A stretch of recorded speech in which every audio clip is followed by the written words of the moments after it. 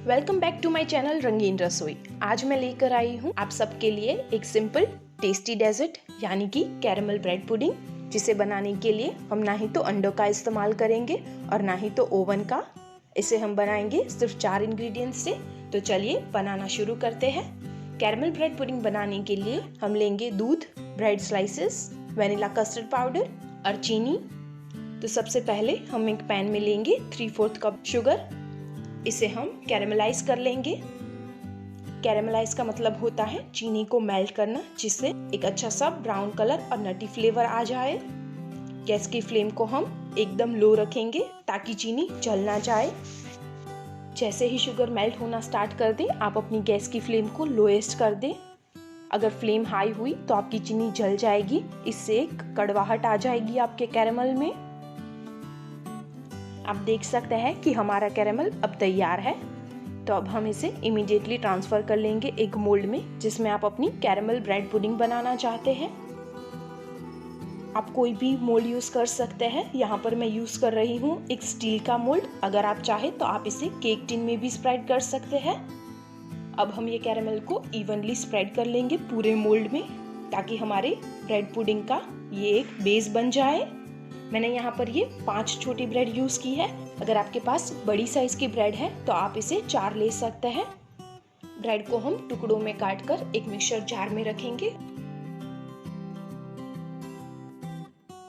और हम इसे ब्लेंड कर लेंगे। You can see the texture of the fresh bread crumbs. ये एकदम फाइनली ब्लेंडेड है। नेक्स्ट एक पैन में हम लेंगे 2 कप दूध। गैस की फ्लेम को ऑन नहीं करना है, पहले हम सब कुछ मिक्स कर लेंगे और फिर हम इसे गैस पर रखेंगे। अब हम इसमें ऐड करेंगे 2 चम्मच वेनिला कस्टर्ड पाउडर और हम इसे अच्छे से विस्क कर लेंगे, यानी कि मिक्स कर लेंगे एक विस्कर से, ताकि इसमें कोई लम्स ना बने। अगर आपके पास वेनिला कस्टर्ड पाउडर अवेलेबल नहीं है तो आप इसकी जगह कॉर्नफ्लोर भी यूज कर सकते हैं, लेकिन वेनिला कस्टर्ड पाउडर से दूध अच्छे से थिक हो जाएगा और इसमें वेनिला का फ्लेवर भी आएगा। अब मैं इसमें ऐड कर रही हूँ 4 चम्मच चीनी, जो आप अपने टेस्ट के हिसाब से ऐड कर सकते हैं। अब हम गैस की फ्लेम ऑन करेंगे और इसे विस्क करते हुए इसे गाढ़ा होने देंगे। हम लो मीडियम फ्लेम का ही यूज करेंगे। अगर आप चाहें तो आप इसे स्पैचुला से भी मिक्स कर सकते हैं, लेकिन विस्कर से इसमें अगर कोई लम्स होंगे तो वो टूट जाएंगे। करीबन 5 से 7 मिनट के लिए मैंने इसे पका लिया है और आप देख सकते हैं कि ये अब गाढ़ा होने लगा है। ये अब स्पैचुला से भी स्टिक होने लगा है। बिल्कुल इसी तरह की कंसिस्टेंसी जब आ जाए तब हम इसमें थोड़े थोड़े ब्रेड क्रम्स ऐड करेंगे और इसे मिक्स करते जाएंगे। फिर से मीडियम फ्लेम यूज करें। एक साथ सारे ब्रेड क्रम्स ऐड करने से इसमें लम्स हो सकते हैं या फिर ये ज़्यादा गाढ़ा हो सकता है, इसीलिए हम थोड़ी थोड़ी क्वांटिटी में इसे ऐड करेंगे।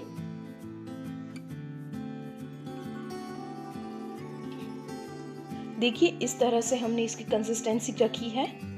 इसे अब हम मोल्ड में ट्रांसफर कर लेंगे जिसमें हमने कैरेमल सेट किया है, और हम इसे अच्छे से पैट करते हुए इसका ऊपर का लेयर एकदम स्मूथ और इवन बना देंगे।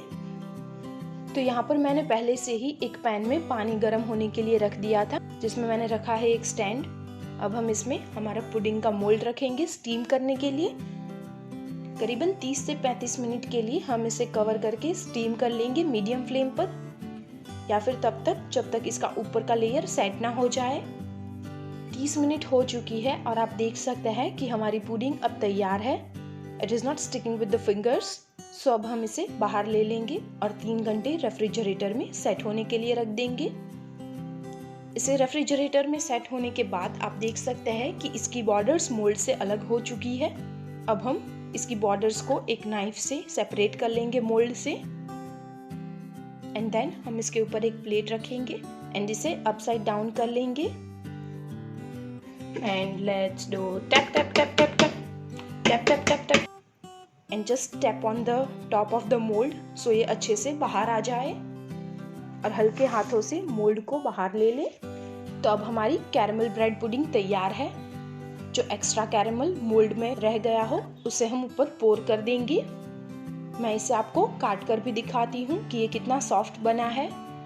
तो आप देख सकते हैं कि इसका टेक्सचर बिल्कुल स्पंजी और सॉफ्ट है। सो हमारी कैरेमल ब्रेड पुडिंग, जिसे कस्टर्ड ब्रेड पुडिंग भी कहा जाता है, तैयार है सर्व करने के लिए।